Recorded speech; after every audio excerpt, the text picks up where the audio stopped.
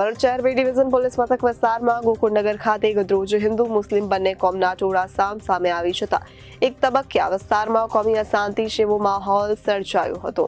ભરૂચ શહેર B division police મથક વિસ્તારમાં ગોકુળનગર ખાતે ગતરોજ હિન્દુ મુસ્લિમ બંને કોમના ટોળા સામે આવી જતા એક તબક્કે આ વિસ્તારમાં કોમી અશાંતિ જેવો માહોલ સર્જાયો। ઘટનાને પગલે ભરૂચ બી ડિવિઝન પોલીસ તેમજ એસઓજી અને એલસીબીની ટીમ ઘટના સ્થળે પહોંચી અને મામલો થાળે પાડ્યો હતો।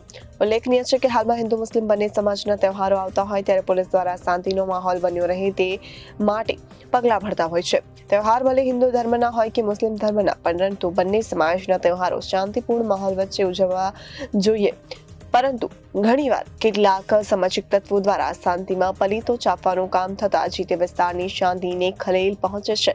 હાલમાં સુરત ખાતે થયેલ કોમી ચમકલા બાદ ભરૂચમાં કોમી તંગદિલી સર્જાઈ હતી, જેમાં ભરૂચ શહેરના ગોકુળનગરના બે કોમના ટોળા આવીને સામે આવી જતા પરિસ્થિતિ વણસી હતી। બનાવની જાણ થતાં જેસીબી સહિતના અધિકારીઓ સ્થળ પર દોડી ગયા હતા અને બંને કોમના ટોળાઓને વિખેરી નાખી પરિસ્થિતિ પર કાબુ મેળવ્યો હતો। આ દરમિયાન પોલીસ દ્વારા નગરજનોને એક સંદેશ દ્વારા જણાવાયું હતું કે આ બનાવ અંગે કોઈએ ખોટી અફવા ફેલાવી નહીં। ઉલ્લેખનીય છે કે ભરૂચ શહેરના પશ્ચિમ વિસ્તારમાં ગોકુળનગર આવેલું છે, જેમાં હિન્દુ મુસ્લિમ બંને કોમના લોકો વસવાટ કરે છે।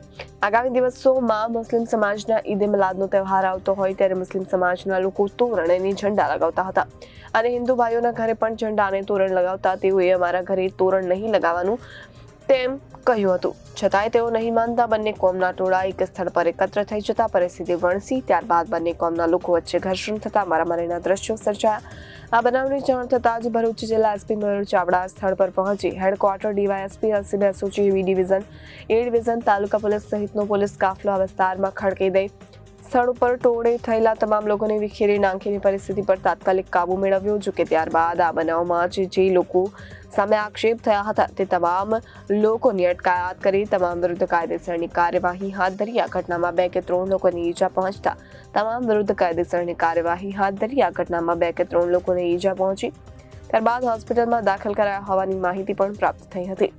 જોકે સુરત બાદ ભરૂચમાં થયેલ સામાન્ય તકરાર બાદ કોમી અશાંતિનો માહોલ જોવા મળ્યો હતો।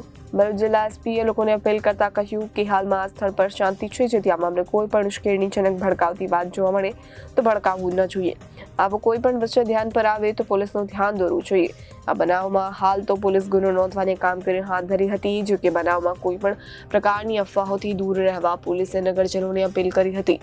ભરૂચ શહેર બી ડિવિઝનમાં અત્યારે સાંજના લગભગ 10:30-11 વાગ્યાની આસપાસ એક મેસેજ મળ્યો પોલીસ કંટ્રોલ રૂમમાં કે 2 ટોળા ભેગા થઈ ગયા છે 2 કોમના અલગ અલગ જગ્યાએ, અને વિષય જે આવ્યો એ ઝંડા લગાવવા બાબતનો વિષય ધ્યાન ઉપર આવ્યો હતો। કંટ્રોલમાં મેસેજ આવતા તાત્કાલિક બી ડિવિઝન પોલીસ અને એલસીબી એસઓજી ડીવાયએસપી સહિતના તમામ પોલીસ ફોર્સ આ જગ્યા ઉપર આવી ગઈ। આ જગ્યા ઉપર પહેલાં ટોળાને વિખેરવામાં આવ્યા। હાલ શાંતિ છે, અહીંયા ગુનો દાખલ કરવાની પ્રક્રિયા ચાલુ છે। જે બનાવે આ ગુનો બની રહ્યો છે એ સંદર્ભે હાલ કાર્યવાહી પોલીસ સ્ટેશનમાં ચાલુ છે। જે લોકો વિરુદ્ધ આક્ષેપ થયા છે તમામને ડિટેન કરવામાં આવ્યા છે કે દરેકના શું રોલ્સ છે, દરેકની શું જવાબદારી છે, અને જે રેકોર્ડિંગ અમને સીસીટીવી કે વિડીયો મારફતે મળી રહ્યા છે એના આધારે ગુનો દાખલ કરીને આગળની કાર્યવાહી ભરૂચ પોલીસ કરી રહી છે। હાલ અહીંયા માહોલમાં શાંતિ છે।